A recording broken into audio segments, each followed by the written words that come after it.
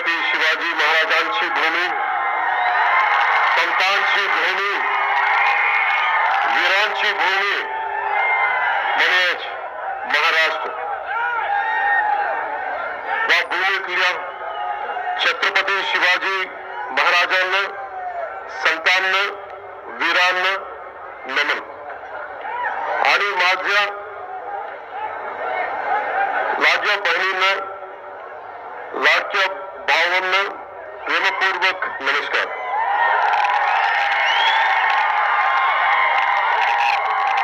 ప్రకొచ్చిన నాన్నదమ్ములకి, నక్క చెల్లెలకి, సోదరులకి మీ అందరికీ నా హృదయపూర్వక నమస్కారం. ఛత్రపతి శివాజీ మహారాజ్ నేల మీద అడుగుపెట్టినందుకు చాలా ఆనందంగా.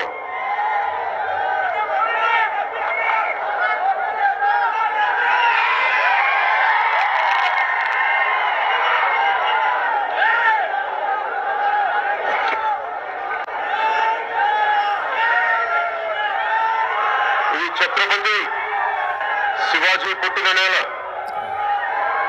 గొప్ప సాధువులు పుట్టిన నేల, ఎందరో మహనీయులు పుట్టిన నేల. ఆ మహనీయులందరికీ నా నమస్కారం.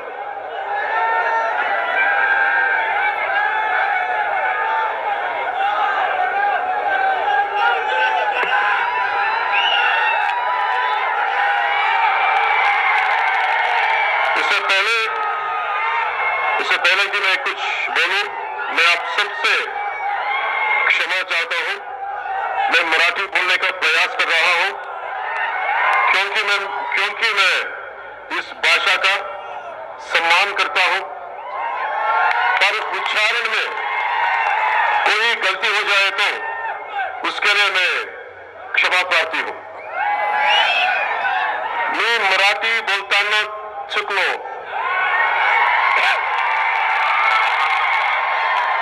मी मराठी बोलताना चुकलो तर मला क्षमा करा.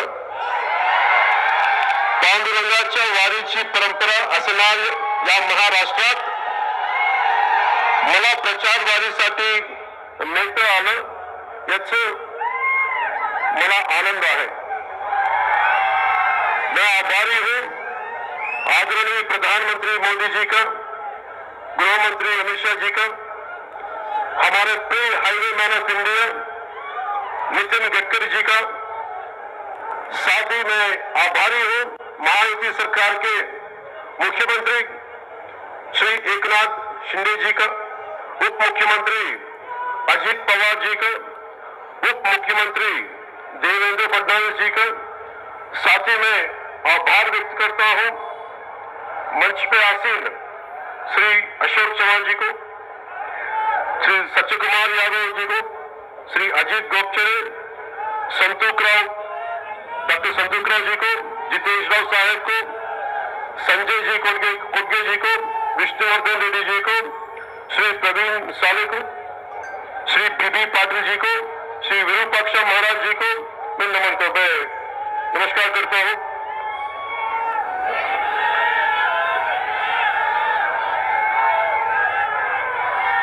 मैं यहां सिर्फ वोट मांगने नहीं आया. मैं आया हूं मराठा वीरों की धरती को नमन करने.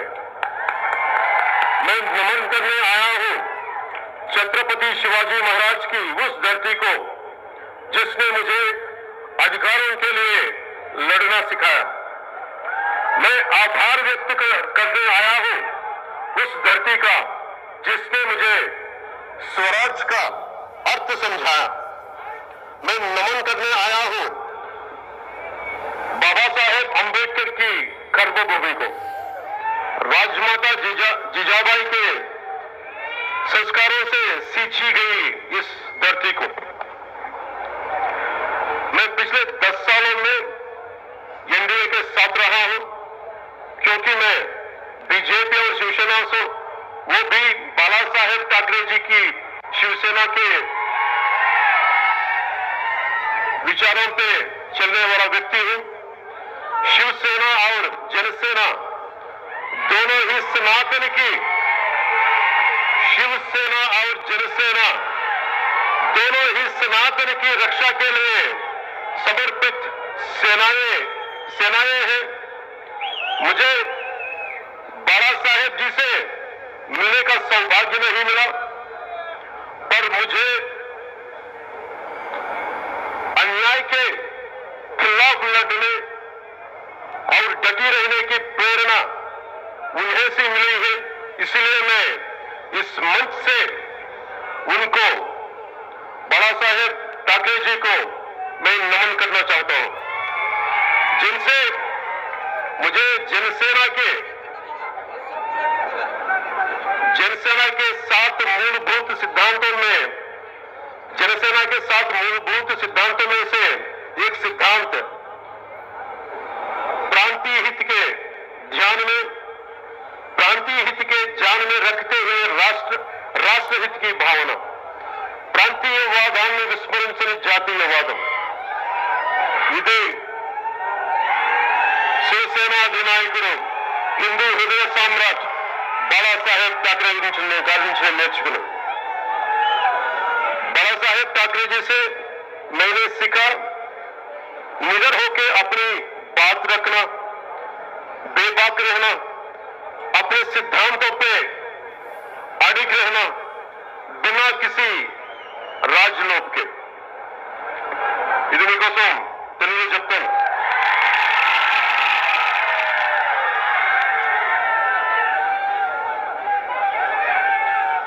నేను కేవలం ఓట్లు వేయమని అడగడానికి రాలేదు। ఎందరో మహనీయులు పుట్టిన ఈ మహారాష్ట్ర నేలపై నాకున్న గౌరవాన్ని తెలపడానికి వచ్చాను।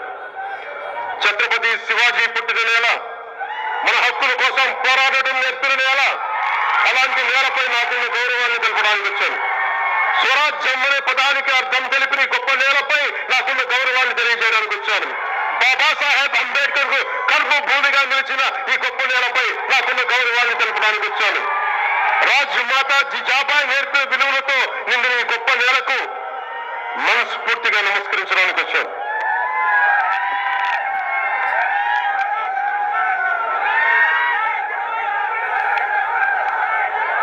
నాకు బాలా సాహెబ్ ఠాకరే గారిని ఆయన జీవించి ఉండగా నాకు కలిసే అవకాశం రాలేదు, కానీ అన్యాయాలను, అక్రమాలను ఎదిరించడంలో ఆయన నాకు బలమైన స్ఫూర్తి। సనాతన ధర్మాన్ని ఏమాత్రం భయపడకుండా పరిరక్షించడంలో బాలాసాహెబ్ ఠాకరే గారు నాకు స్ఫూర్తి। జనసేన 7 సిద్ధాంతాల్లో ఒకటైన ప్రాంతీయతను విస్మరించిన జాతీయవాదం అనే సిద్ధాంతానికి బాలాసాహెబ్ ఠాకరే గారే స్ఫూర్తి। అలాంటి బాలాసాహెబ్ ఠాకరే గారికి నా వందనాలు। ఏ విషయాన్నైనా ధైర్యంగా చెప్పడం, బాలాసాహెబ్ గారి దగ్గర నుంచి నేర్చుకోవాల్సింది ఏ విషయాన్నైనా ధైర్యంగా చెప్పడం, నిర్మోహమాటంగా నిక్కచ్చిగా ఉండడం, అధికారంతో సంబంధం లేకుండా మన సిద్ధాంతాలకు బలంగా కట్టుబడి ఉండటం బాలాసాహెబ్ ఠాకరే గారి నుంచి నేర్చుకున్నాం।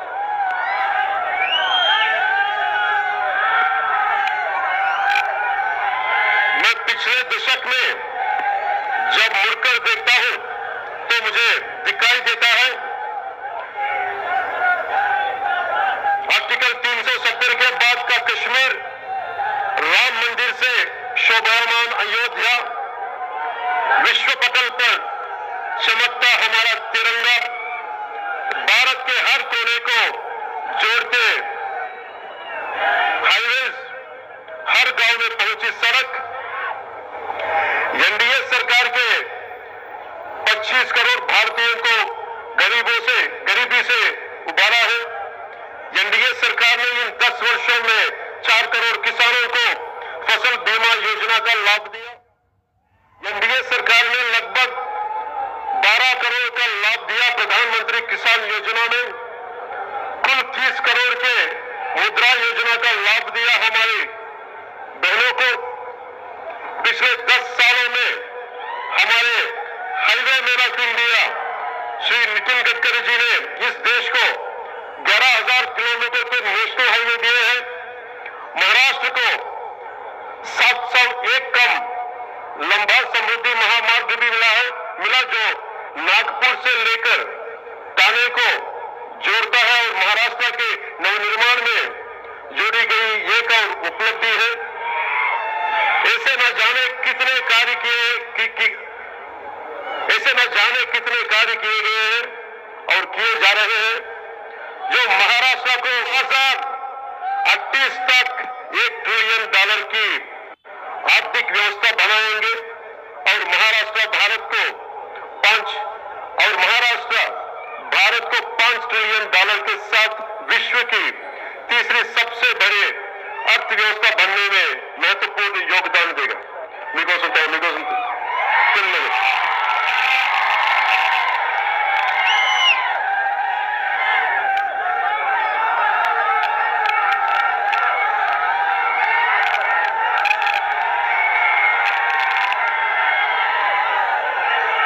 గడిచిన 10 సంవత్సరాలు ఒక్కసారి గమనిస్తే ఆర్టికల్ 370 తర్వాత కశ్మీర్ కనిపిస్తుంది, దివ్య రామ మందిరంతో అలంకరించబడిన అయోధ్య కనిపిస్తుంది, ప్రపంచ పటంపై రెపరెపలాడుతున్న తిరంగా కనిపిస్తుంది, దేశం నలుమూలల్లో కలిపే రహదారులు కనిపిస్తున్నాయి, పల్లె పల్లెకు విస్తరించిన రోడ్లు కనిపిస్తున్నాయి. గడిచిన 10 ఏళ్లలో ఎన్డీఏ ప్రభుత్వం 25 కోట్ల భారతీయులను పేదరికం నుండి విముక్తి చేసింది, 4 కోట్ల రైతులకు పంట బీమా అందించింది, పీఎం కిసాన్ ద్వారా 12 కోట్ల మందికి లబ్ధి చేకూరింది. అలాగే ముద్రా యోజన ద్వారా దాదాపు 30 కోట్ల మంది ఆడబిడ్డలకు చేయూతనిచ్చింది. గత 10 ఏళ్లలో highway man of India Nitin Gadkari గారు మన దేశానికి దాదాపు 11,000 కిలోమీటర్ల రహదారులు అందించారు. మహారాష్ట్రలోనే నాగ్పూర్ నుండి ఠాణే వరకు 701 కిలోమీటర్ల సమృద్ధి మహామార్గం నిర్మించారు. ఇది మహారాష్ట్ర నవనిర్మాణంలో కీలక ఘట్టం. 2028 లోపు మహారాష్ట్రను 1,00,000 కోట్ల ఆర్థిక వ్యవస్థగా తీర్చిదిద్దేందుకు ఇలాంటి ఇంకెన్నో గొప్ప అభివృద్ధి కార్యక్రమాలు చేపడుతున్నారు. భారతదేశాన్ని 5 లక్షల ట్రిలియన్ల జీడీపీతో ప్రపంచంలోనే 3వ అతిపెద్ద ఆర్థిక వ్యవస్థగా మార్చడంలో మహారాష్ట్ర కీలక పాత్ర పోషించబోతుంది. ఇలాంటి తరుణంలో మన బెంగళూరు నియోజకవర్గ అభివృద్ధి చాలా కీలకం.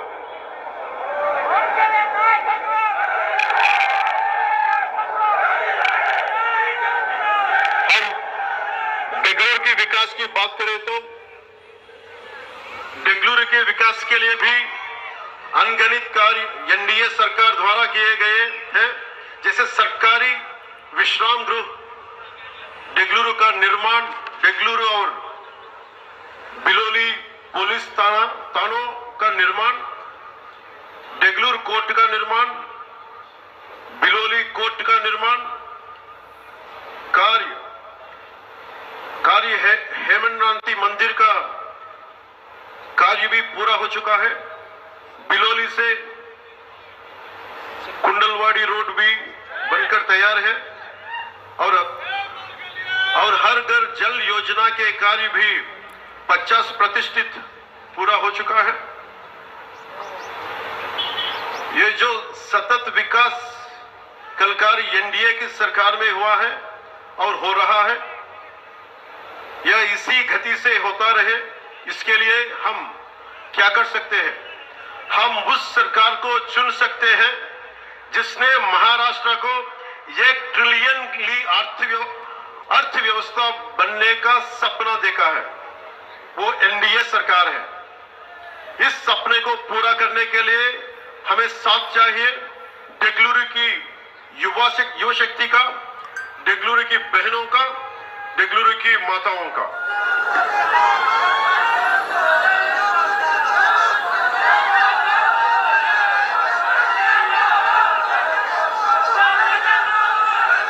బెంగళూరు నియోజకవర్గంలో ఎన్డీఏ ప్రభుత్వం ఎన్నో అభివృద్ధి కార్యక్రమాలు చేసింది. ఎన్డీఏ ప్రభుత్వంలో ప్రభుత్వ విశ్రాంతి గృహం, బెంగళూరు బిలోలి పోలీస్ స్టేషన్ నిర్మాణం, బెంగళూరు కోర్టు నిర్మాణం, బిలోలి కోర్టు నిర్మాణం, హేమంత్ పంతి ఆలయ నిర్మాణం, కుందల్వాడి నుండి బిలోలి రోడ్డు మార్గం కూడా నిర్మాణం పూర్తయింది. అలాగే హర్ ఘర్ జల్ యోజన పథకం కింద 50% పనులు పూర్తయ్యాయి. డెగ్లూరు నియోజకవర్గంలో ఇదే వేగంతో అభివృద్ధి కొనసాగాలంటే మనం ఏం చేయాలి? మహారాష్ట్రను 1,00,000 కోట్ల ఆర్థిక వ్యవస్థగా మార్చాలనే సంకల్పంతో ఉన్న ప్రభుత్వాన్ని ఎన్నుకోవాలి. ఈ కళ సాకారం కావాలంటే ఎన్డీఏకు ఇక్కడున్న యువత, డెగ్లూరు యువత, డెగ్లూరు ఆడబిడ్డల మద్దతు, డెగ్లూరు ప్రజల సహకారం కావాలి.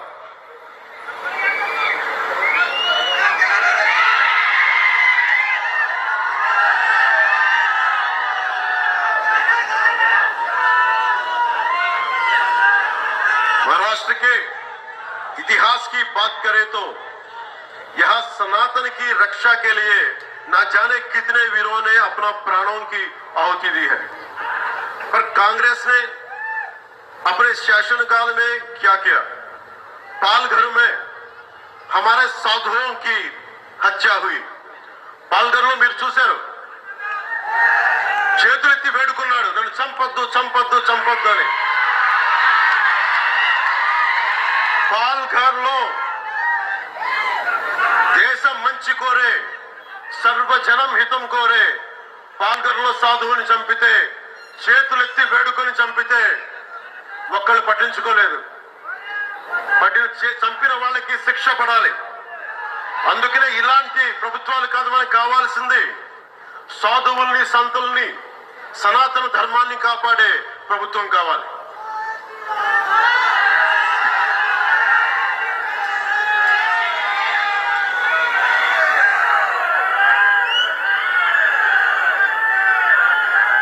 आपको याद है पालघर में हमारे साधुओं को कैसी हत्या हुई?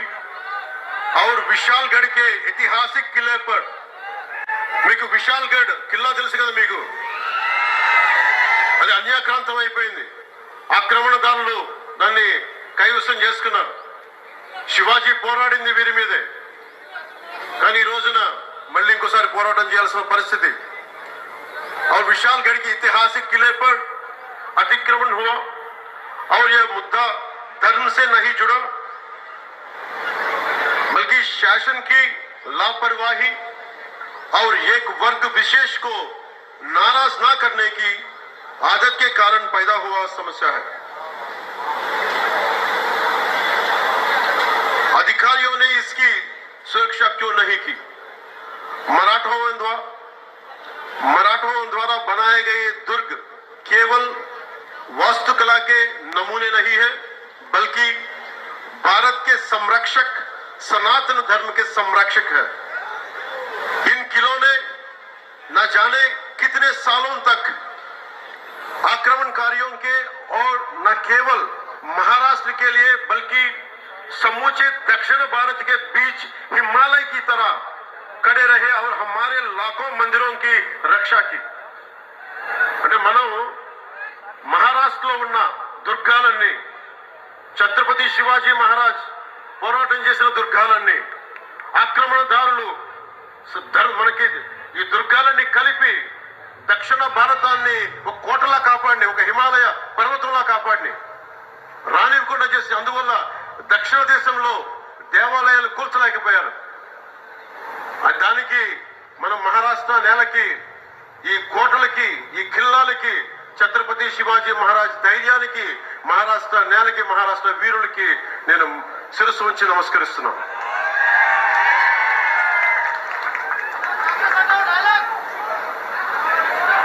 सोचिए, अगर ये किले नहीं होते तो हमारे हजारों मंदिरों की क्या स्थिति होती? तमिलनाडु में क्या होता? आंध्रा के मंदिरों की क्या स्थिति होती? जरा सोचिए. आज बाला साहेब होते तो क्या सोचते? बाला साहेब ठाकरे जी चाहते थे एकजुट भारत, एकजुट भारत, నిలబడి ఉన్న భారతం, కలిసికట్టుగా ఉన్న భారతం. అంతే, బాళాసాహెబ్ ఠాక్రే కోరుకున్నది కలిసికట్టుగా ఉన్న భారతం, ఒక్క భారతం, ధైర్యంతో కూడిన భారతం, పౌరుషంతో ఉన్న భారతం, సాహసంతో ఉన్న భారతం. బాళాసాహెబ్ ఠాక్రే जी चाहते हैं एकजुट भारत, जिसे मोदी जी पूरा कर रहे हैं। वो चाहते थे राम मंदिर, जिसे एनडीए ने पूरा करके दिखाया। उनकी हर इच्छा को पूरा करने में लगी है एनडीए सरकार। शिवरायांनी सांगितले होते की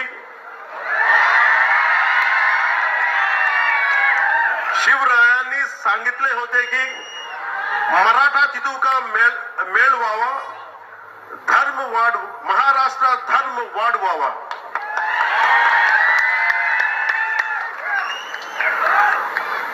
अब ये महाराष्ट्र की जनता निर्णय लेगी कि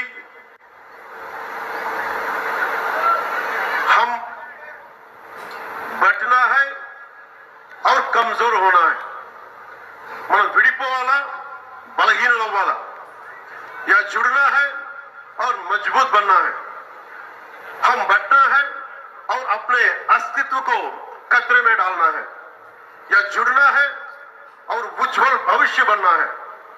हमें बटना है और अराजकता की फैलने देना है, या जुड़ना है और जन कल्याण विकास की तरफ बढ़ना है। మనం ఆలోచించాల్సింది దేశాన్ని చాలా కష్టపడి సాధించుకున్నాం।